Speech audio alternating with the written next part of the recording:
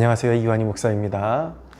요 근래 청년들을 어떻게 좀 섬길 수 있을까 고민하다가 결혼을 앞두고 있는 청년들을 대상으로 결혼에 관한 성경적인 조언을 몇 가지를 준비하면 참 좋겠다라는 생각을 갖게 되었습니다.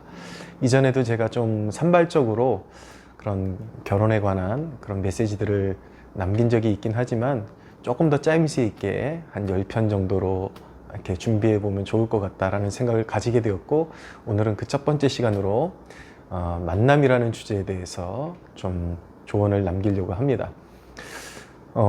결혼이라는 것은 만남을 통해서 시작되는 것이죠. 우리가 관심을 가져야 되는 것은 인류의 첫사람 아담과 하와, 이 첫 남자와 여자가 어떻게 만나게 되었는지를 살펴보는 것이 의미가 있을 것입니다. 첫사람은 어떻게 만났을까요? 이 첫 번째 남자와 여자는 하나님의 섭리 가운데 만나게 됩니다. 그 대목을 성경이 어떻게 표현하고 있냐면, 창세기 2장 22절에 보면 여호와 하나님이 아담에게서 취하신 그 갈빗대로 여자를 만드시고 그를 아담에게로 이끌어 오시니 라고 말씀하고 있습니다. 이끌어 오셨다. 하나님께서 남자의 갈빗대로부터 여자를 만드시고 그 여자를 아담에게로 이끌어 오셨습니다. 하나님의 섭리 가운데 한 남자와 한 여자의 만남이 이루어지게 된 것입니다. 이 만남을 통해서 이제 가정의 기초가 세워지게 된 것이죠. 여러분, 하나님이 내 배우자를 이끌어 오신다라는 방식은 어떤 것을 통해서 이루어지는가? 많은 사람들이 어떤 숙명적인 만남, 아주 이상적인 만남, 극적이고 영화적인 그런 만남을 사모합니다. 그래서 절대적으로 나는 이렇게 직접적인 연애 결혼 아니면 나는 안 할 거야 라고 그렇게 다짐하듯이 그렇게 말하는 사람들이 있죠. 그러나 여러분, 하나님께서 나의 배우자를 이끌어 오시는 방식, 나에게로 이끌어 오는 방식은 우리가 생각하는 것보다 더 다양한 방식으로 이루어질 수 있다는 것도 염두에 둬야 합니다. 결론부터 말씀드리면 문을 좀 이렇게 열어놔야 합니다. 내가 원하는 방식으로만 배우자가 될 이성을 취하려고 그렇게 다짐하지 말고 하나님께서 다방면으로 역사하실 수 있다는 그 가능성을 열어놓는 것이 중요합니다.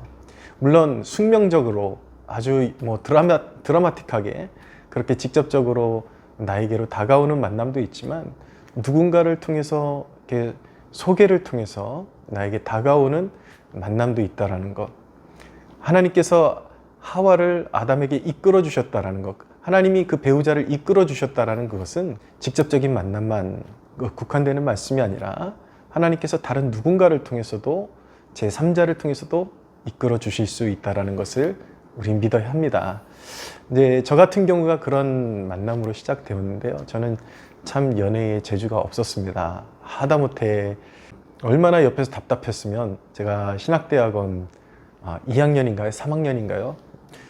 저보다 조금 먼저 장가간 그 전도사 친구가 있었는데, 당시에 이 친구가 보다 못해서 저에게 이제 다리를 놔준 겁니다.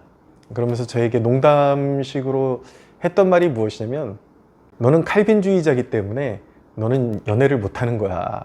이렇게 나처럼 직접적으로 나서서 이렇게 포획을 하려고 노력을 해야지. 그런 이제 농담을 저에게 던진 적이 있는데, 제가 그 친구에게 받아치면서 뭐라고 했냐면, 야, 너를 통해서 그 자매를 나에게 소개시켜 주시는 그 섭리도 하나님의 주권인 거야. 그렇게 제가 받아친 적이 있습니다. 그런데 정말 그렇게 늦게 만났지만 저희는 한 10개월 정도? 1년 많이 못 채우고, 그리고 그렇게 결혼을 했습니다. 늦게 만난 만큼 또 진행 속도도 빨라지더라고요. 그래서 한 8개월, 10개월 남짓 이렇게 소개를 통해서 연애를 했는데, 그 누군가가 소개해 줬다 그래서 그 연애가 반감이 되거나 연애의 설레임이나 그런 어떤 감동들이 반감이 되는 것이 아니라, 또 늦게 만나면 늦게 만난 대로 거기서 오는 굉장히 그런 어떤 열정이 있다는 것을 알게 됩니다. 그 연애의 그런 즐거움, 기쁨, 누릴 건 다 또 누리고 그렇게 결혼을 하게 되었습니다. 우리가 편견을 조금만 깬다면 하나님께서 내가 원하는 방식이 아니라 다른 방식으로도 나에게 얼마든지 훌륭한 배우자를 만나게 하실 수 있다라는 그 믿음을 가질 수 있어야 합니다. 그럼 어떻게 최적의 만남을 가질 수 있을까요? 최적의 그런 어떤 기준치를 세워놓는 것이 참 중요합니다. 가치, 사람을 만나는 가치, 사람을 만드신 그런 어떤 하나님의 창조의 목적에 부합한 기준을 먼저 세워놓는 것이 중요합니다. 그 기준을 따라서 배우자를 구하며 기도하는 그런 태도가 굉장히 중요합니다. 사람을 만드신 그 주된 목적이 무엇입니까? 많은 사람들이 알고 있죠. 우리는 알고 있죠. 하나님의 영광을 위해서 지으셨습니다. 또 땅에 충만하고 또 하나님의 사랑과 의로 다스리는 것, 그것을 위해서 인간을 지으셨습니다. 그렇다면 답은 나오죠. 어떤 배우자를 우리는 기대해야 될까요? 함께 하나님의 뜻을 받들어서 하나님께 영광 올려드리고 함께 땅의 충만함을 위해서 노력하고 기도하고 가정을 하나님의 사랑과 의로 다스리는 가정을 그렇게 사모하면서 함께 만들어갈 수 있는 그런 배우자를 만나는 것이 참 중요하겠죠. 그래서 그런 어떤 것보다도 뭐 그냥 기도 제목하면 무조건 연봉 얼마 이거부터 생각하는데 그런 가치관이 우선이 될 수가 없죠. 우리에게는 항상 하나님께 영광이 되는 가치관을 먼저 세울 때에 하나님께서 가장 선한 것을 우리에게 예비하신다라는 것을 기억해야 합니다. 그래서 가장 중요한 것은 어떻게 하나님을 가장 사랑할 수 있을까?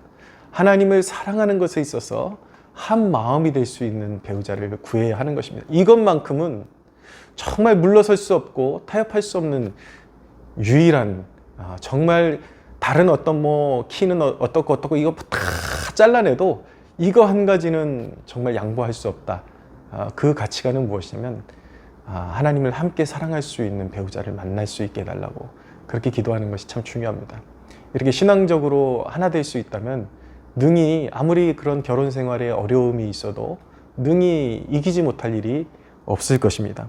그러나 한 가지 덧붙이고 싶자면 특별히 자매들 같은 경우에는 자기 멘토 정도가 될 수 있는 수준의 영적인 어떤 그런 수준을 가진 형제를 만났으면 좋겠다라는 그 어떤 높은 이상을 포기하지 않기 때문에 만나지 못하는 경우들이 참 많이 있습니다.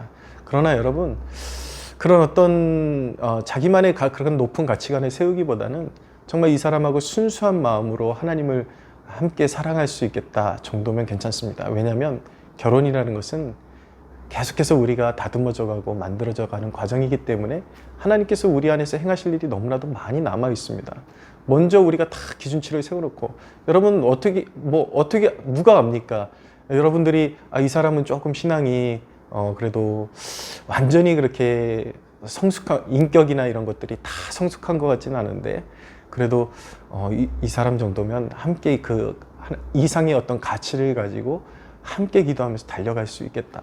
그리고 그런 어떤 가치관 가지고 달려갔는데 나중에 이 사람이 훨씬 더 높은 그런 어떤 신앙의 연륜과 수준에 이를 수도 있는 거잖아요. 하나님이 그렇게 능히 하실 수도 있는 거니까 거기에 대해서 마음을 열어놓는 것. 처음부터 모든 것들을 다 이렇게 어떤 기준치를 만족시키고 출발하려고 그러는 욕심을 좀 내려놓는 것이 중요합니다. 중요한 질문은 또 있습니다. 무엇이냐면 신앙만 과연 중요한 것인가? 물론 신앙이 가장 중요하고 전반적으로 다 신앙 안에서 이루어져야 하는 거겠지만 실제적으로 보면은 둘 다 신앙이 굉장히 뜨거운 남자와 여자가 만났음에도 불구하고 깨지는 경우들이 허다합니다. 왜냐하면 이것도 하나의 인간관계이기 때문에 그런 어떤 인간적인 면에서 굉장히 맞지 않는 면들이 부딪히는 면들이 굉장히 많다라는 것을 발견하게 될 때가 있거든요.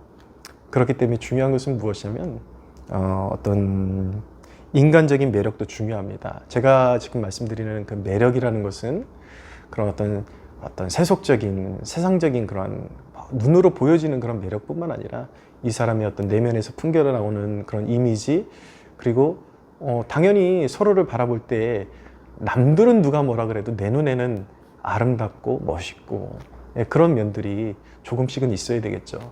서로 영적인 그런 가정을 이루는 것이지만 그 영적인 것 안에서도 그런 어떤 우리가 또 매력들이 서로 어떤 끌어당기는 그런 매력들이 있어야 되는 거죠. 그런 부분들도 굉장히 중요합니다.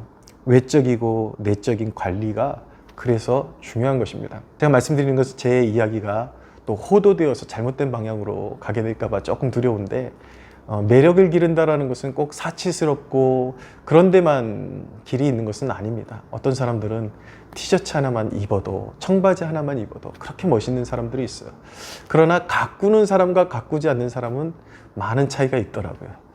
너무 자기 관리 안 하는 사람들도 있는 반면에 티셔츠 한 장을 골라 입어도 아주 단촐한데도 불구하고 막 너무 장신구를 그렇게 하지 않아도 굉장히 단촐하면서도 멋있고 단정하고 우아한 그런 매력을 발산할 수가 있습니다. 그렇게 자기를 외적으로도 가꿀 수 있어야 되고 또 내면적으로도 성숙해 갈 수 있는 그런 준비가 매우 중요하다는 것을 알게 됩니다. 그래서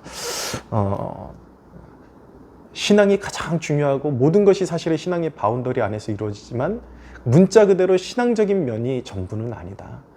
내 배우자를 만나는 것은 분명히 인간적인 어떤 뿜어내는 매력도 있어야 한다는 것을 기억해 둘 필요가 있습니다. 상대방이 나에게 어떤 최적이 되어주길 바라지만 배려하지 않는 사람들이 있습니다. 보면 자기만 알고 이런 사람들은 굉장히 준비가 덜 된 사람이라고 말씀드릴 수 있습니다. 허영에 가득한 사람, 너무 극단적으로 이기적인 사람. 이게 왜 그러냐면 신앙으로 좀 어느 정도 빚어진 사람들은 그럴 수가 없거든요. 왜냐하면 모세의 율법서에도 이제 먹을 수 있는 짐승과 먹지 못하는 짐승에 관한 그런 이야기들이 나오는데 거기서 하나님께서 금하시는 것은 무엇이냐면 이제 쪽발은 있는데 발은 쪽발인데 새김질을 못하는 짐승들은 이렇게 먹지 못하게 했습니다. 또는 새김질은 하는데 발을 굽이 갈라지지 않은 그런 짐승들은 먹지 못하게 했습니다. 이게 무슨 말씀이냐면 이게 속과 겉이 다른 그런 이중성을 가진 그런 어떤 신앙의 모습을 이제 예시하는 그런 말씀이거든요. 예를 들어서 하나님의 말씀을 새김질하는 것 같은데 쪽발이 없어요. 그것은 무엇이냐면 구별이 없다라는 거예요. 분명히 저 사람 되게 신앙적으로 말하는 거 봤는데 사는 거 보니까 너무 허영기가 가득하고 너무 막 인간적인 결단, 혈기 이게 너무 강한 거예요.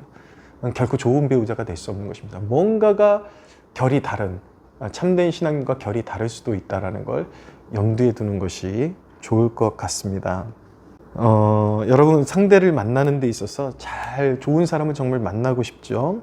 그럼 내가 먼저 준비되는 과정이 필요하고 어떤 마음을 갖는 것이 필요한가. 주님이 나를 관대히 여겨주신 것처럼 배려를 배울 수 있다면 이미 지금 만나고 있는 만남이 최적인 만남을 이미 하나님께서 허락하셨다라는 것을 발견할 수도 있을 것입니다.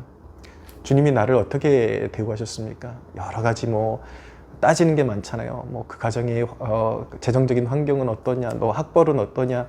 내가 진짜 주님으로부터 너무나도 큰 사랑을 입은 죄인이라는 것을 깨닫게 된다면 그렇게 까다로워질 수는 없을 것입니다. 배려하는 마음을 가질 수 있을 것입니다.